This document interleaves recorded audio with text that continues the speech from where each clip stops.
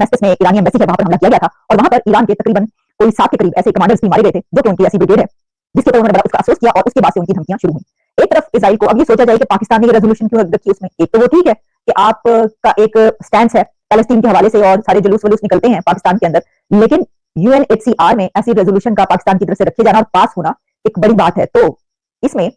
पाकिस्तान को जो सपोर्ट कर रहा था ग्रुप वो ओआईसी है, यानी ओआईसी की तरफ से जितने भी इस्लामी ममालिक है अल्बानिया को छोड़ के बाकी तमाम कंट्रीज की तरफ से पाकिस्तान ने लीड किया है इस रेजोल्यूशन को, यानी यही कि वो मामे तो हम बनते हैं तो हम मामे बनकर आगे बढ़े और हमने कहा जनाब हम ये रेजोल्यूशन पेश करेंगे। अब ये मामे जो है आप खुद बने हैं या फिर ये कि आपको आगे लगाया गया कि तमाम देखिए, क्योंकि ये रेजोल्यूशन तो असल में सऊदी अरेबिया को लीड करना चाहिए था। देखिए जब ओआईसी की बात की जाती है, मुस्लिम उम्मा की बात की जाती है, तो सऊदी अरेबिया का बनता था कि वो आगे बढ़ के ये वाली रेजोल्यूशन पेश करे और ये आए कि जनाब ये रेजोल्यूशन जो है यूएनएचसीआर में सऊदी अरेबिया की तरफ से पेश की गई है, लेकिन नहीं, उन्होंने आगे लगा लिया पाकिस्तान को। अब पाकिस्तान को अगर वो कहेंगे तो जाहिर पाकिस्तान ये करेगा और वैसे भी खुद भी आपको पता है कि जो जिहादी माइंडसेट है उसमें तो अपनी, लेकिन जो पैलेस्टीन का स्टैंड है पाकिस्तान खुद भी कर सकता है, लेकिन आप इसमें देख सकते हैं कि जाहिर है कि अगर तमाम कंट्रीज पीछे और पाकिस्तान आगे तो इसका मतलब ये है कि वो कहेंगे हाँ भी चलिए आप करारदाद पेश करें, तो फिर इसका मतलब ये कि आप इजराइल के एंगल के लिए और जिन जो ग्रुप्स इजराइल के साथ है उनके एंगल के लिए भी आप अपने लिए तैयार है, पहले ही इतने महाज खुले में। लेकिन एनीवेज ये जो रेजोल्यूशन है ये पास हो गई है। इसमें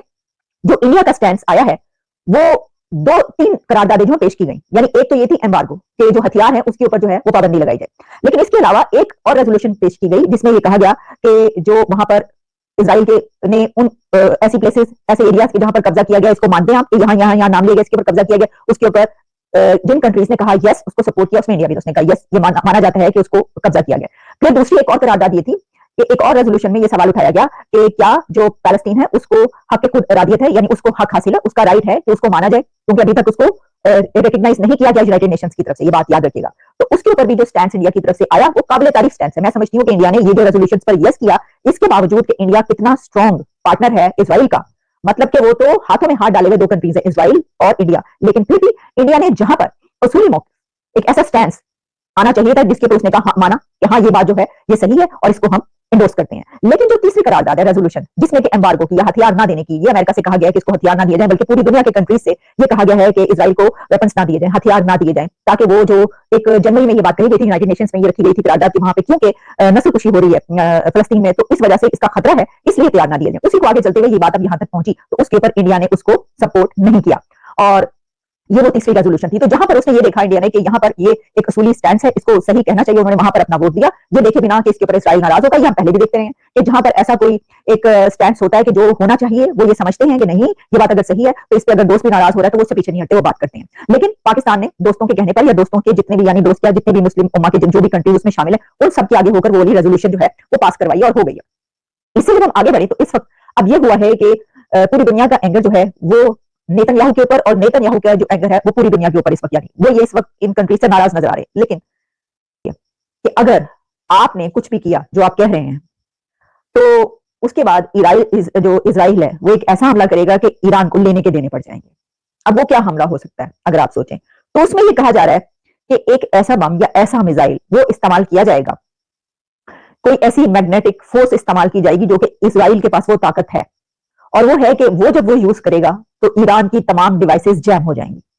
अब ईरान की डिवाइसेस जब जैम होंगी तो इसका क्या मतलब है? इसका मतलब ये है कि ईरान में जितनी भी बिजली का निजाम है, इलेक्ट्रिसिटी, जो भी ऐसा सिस्टम है, वायरलेस से लेकर इंटरनेट तक, बिजली तक, फोन तक, पानी तक, सब कुछ बंद हो जाएगा, यानी वो डिवाइसेस काम करना छोड़ देंगी। जिस तरीके से आप समझ लें कि कुछ हैक होता है उसको बंद कर दिया जाए तो वो डिवाइस काम करना छोड़ देगी। तो ना सिर्फ ये कि उनका फौजी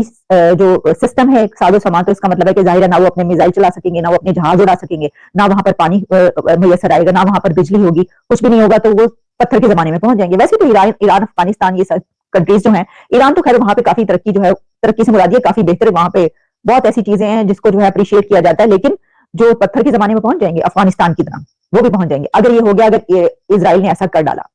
लेकिन जो ईरान है वो ये कह रहा है कि जनाब हिजबुल्लाह ने ये कहा है कि उसके पास भी ऐसा कुछ हथियार है जो अभी उसने इस्तेमाल ही नहीं किया। हिजबुल्लाह बार बार ये कह रहा है कि अभी तो उसने कुछ हथियार इस्तेमाल ही नहीं किया, उनके पास क्या हथियार हो सकता है? वैसे तो मैं आपको ये बताऊं कि ईरान के पास ऐसा कोई हथियार ना होने का या ऐसी कोई टेक्नोलॉजी ना होने का ही ज्यादा चांसेस है, लेकिन क्योंकि चाइना जो है वो ईरान में बड़ी इन्वेस्टमेंट चाइना की भी है, तो क्या उसने कोई ऐसी जो है वो दे रखी है ईरान को कोई ऐसा सिस्टम? मुझे ऐसा लगता नहीं है। लेकिन एक बात याद रखिएगा कि अगर ईरान तबाह होता है तो इसमें चाइना के बड़े स्टेक्स और बड़ी जो इन्वेस्टमेंट है वो भी तबाह होगी। अब ये सारा सिस्टम जो है, इसी में एक और स्टेप या ये कहने की जो डेवलपमेंट हुई है वो ये हुई है कि इजराइल की तरफ से ये कहा गया है अपने शहरियों को, एक तो इजराइल ने 26 एम्बेसीज जो है वो पूरी दुनिया में शट डाउन कर दी हैं। 26 एम्बेसी इजराइल की बंद हो चुकी हैं और वो एक इस खतरे के पेश नजर की गई है इजराइल की तरफ से अपनी एम्बेसीज क्लोज, क्योंकि इजराइल को ऐसा लगता है कि जो हमले होंगे वो उसकी एम्बेसीज पर भी होंगे। अच्छा, इसी के साथ इजराइल ने अपने पूरे कंट्री में लोगों को ये कहा है कि वो अपने पानी का बंदोबस्त कर लें, अपनी जो भी उनके डॉक्यूमेंट्स हैं वो उनके पास सॉफ्ट कॉपी उसकी होनी चाहिए और अपने तमाम जो काम है वो सारा कन्वर्ट कर लें, किसी उसमें रख लें, यानी ये कि महफूज कर लें कि अगर आपको जरूरत पड़े तो इससे पता ये चलता है, क्योंकि इमरजेंसी की सिचुएशन है ना, हाई अलर्ट है हॉस्पिटल्स हर जगह पर, इससे पता ये चलता है कि उस इजराइल ये समझता है कि अगर ईरान की तरफ से कोई हमला किया जाता है तो लोगों के पास जो ऐसा सिस्टम है कि वो तबाह हो जाए तो बाद में